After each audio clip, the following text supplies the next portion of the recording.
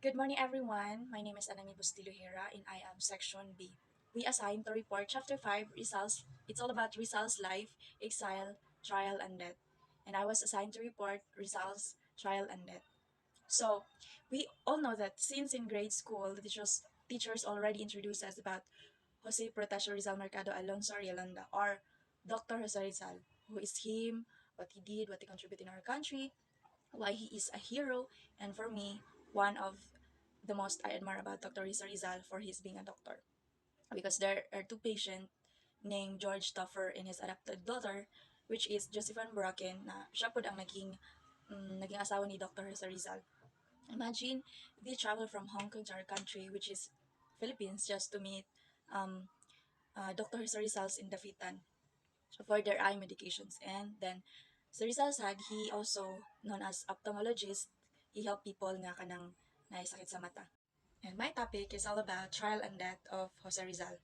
So, the Rizal trial and death refer to the legal proceeding of execution of Jose Rizal, a promoting Filipino nationalist and a hero during the late 19th century.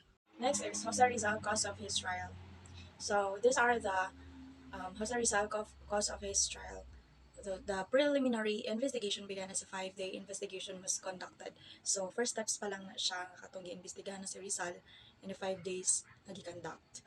And he blamed for being the leader of the revolution by increasing people's ideas about rebellion and making a legal organization. So, giblame sa Rizal then for being a leader of sa revolution. And then as I remember, katong garod siya og ang nalamitarang tanghiri og El filibusterismo, which is dito nag-start ang revolution. And then, he was first arrested while on his trip on Mediterranean Sea and put in prison in Barcelona and brought back to the Philippines safely and still in prison in Fort Santiago as he arrived on November 3, 1996. So, Rizal naabot siya sa Fort Santiago katong November 3, 1896. And then sa first pa lang, sa Mediterranean Sea pa lang siya, gi-arrest na siya.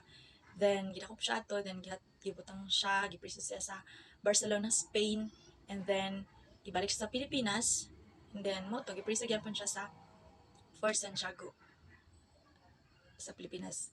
And then Colonel Francisco Olive, who was assigned judge to someone Rizal, that was on November 20, 1896. So, kani si Colonel Francisco Olive, mo na siya ang na-assign sa katong pag-judge na to sumon na dito na kay Rizal. Judge to sumon kay Rizal.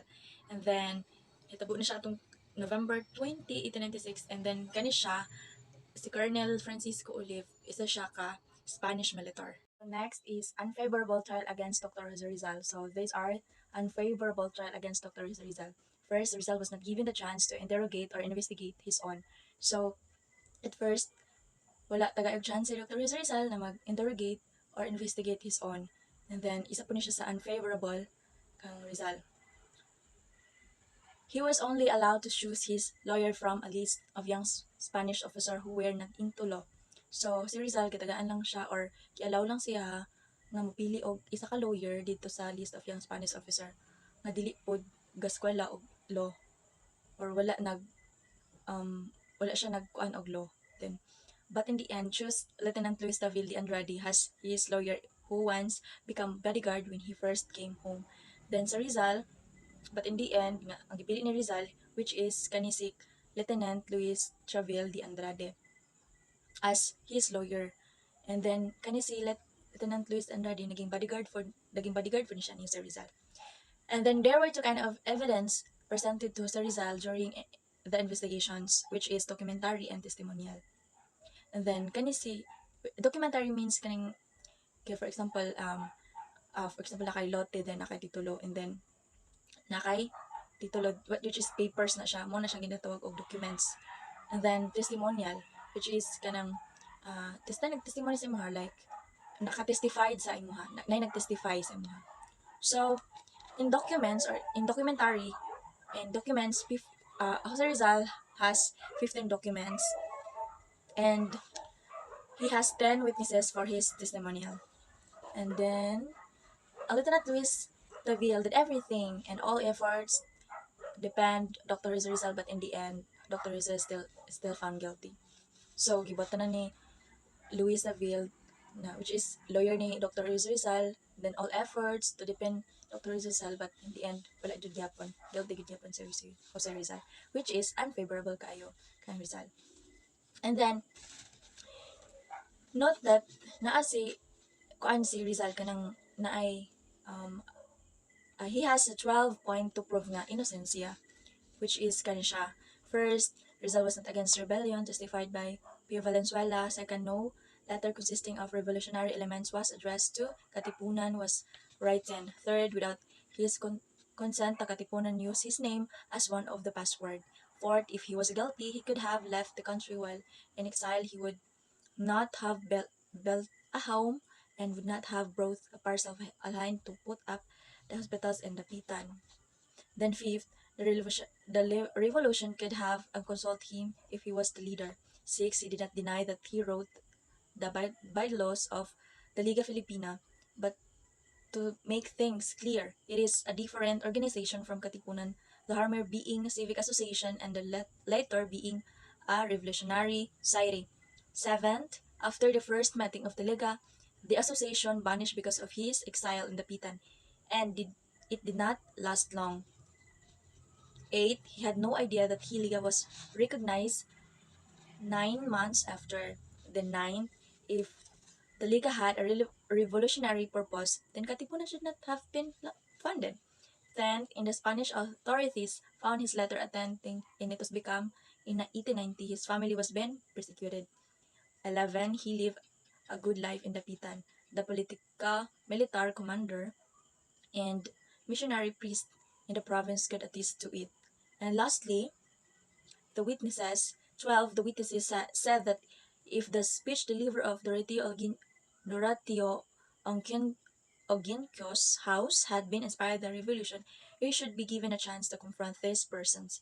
If he was in the revolution, the Kapitan Katipunan should not have sent unfamiliar emissary to him in the Pitan, for this his friends knew that he never promote violence. So, those are the 12 points to prove nga innocent si Dr. Jose Rizal. And then next, we have um, Rizal last farewell list. So these are the Rizal last farewell list. When the count division released, he heard that by the Rizal know that there will be no chance of changing his fate. So, not to siya. And then, exactly 6 o'clock, the morning, December 29, 1896, Capitan Rafael Dominguez here read him the official notice of his execution. So, katong November 29, nabasa na ni Rafael Dominguez na official notice na for his execution ni Rizal. Then Rizal spent his last hours by going to prison chapel and his mother and sisters visit him on the day. So, during that time, so Rizal, spent niyang mga oras or mga hours ato sa prison, which is, nag-visit ang iyang mother o ang iyang mga sisters on that day. And then, Rizal had his last supper in the evening of December 29, 1896. At that time, they said to Captain Dominguez that he already forgiven his enemies, including those who wanted him dead. So, at that time, kanang, di ba, marag, kanang, grabe si Dr. Jose Rizal, bisan og kanang, kabalo na siya, kapatunan na siya, but he forgive gyapon sa katong mga gusto na mapatay sa iya ha. And then, marag, kuan kaayo siya, mapasayloon na um, na siya dignity anak murag anak good at 3 in the morning on his execution he pray and confess sins on the chapel. So at 3 a.m. to he confess his sins on the chapel. And then December 30, 1896, so December 18, 1896 nag-execute na gyud siya ato nga time ni kato nga time si Rizal.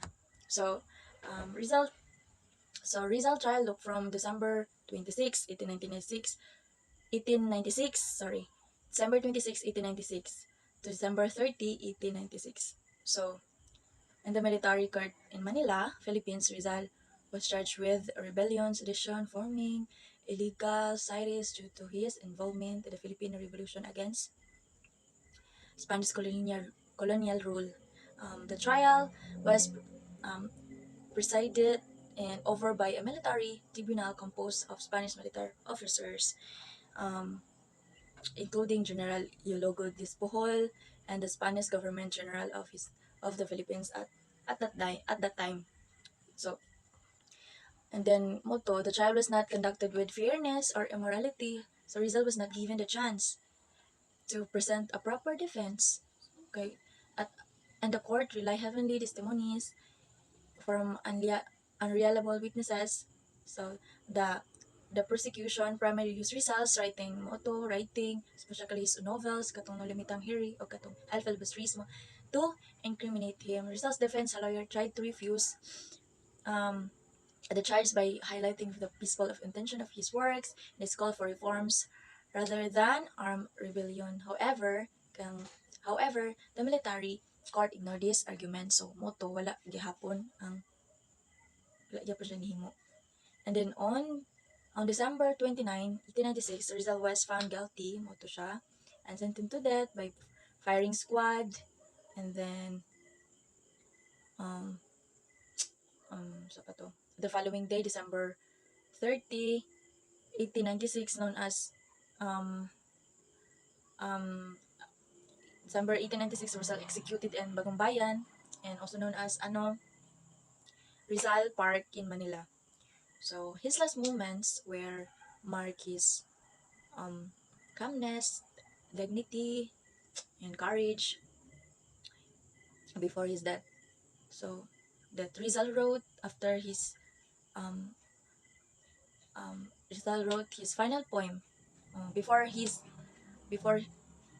which is katong gibuhat niya nga poem is mo to siyang katong mi ultimo adios tong my last farewell, which express his love for his country and his hopes for its future. Rizal execution sparks outrage among Filipinos, intensified their desires, play significant role in foiling the Philippine Revolution against Spanish rule. Rizal's writings and ideas continue to inspire, syempre, and unite Filipino against colonial operations, eventually leading to the country's independence in 1898. Today, Rizal is celebrated as a national hero in the Philippines, and his death is um, commemorate annually of Rizal's Day, which is December 30th. So, mato siya. That's it. Thank you.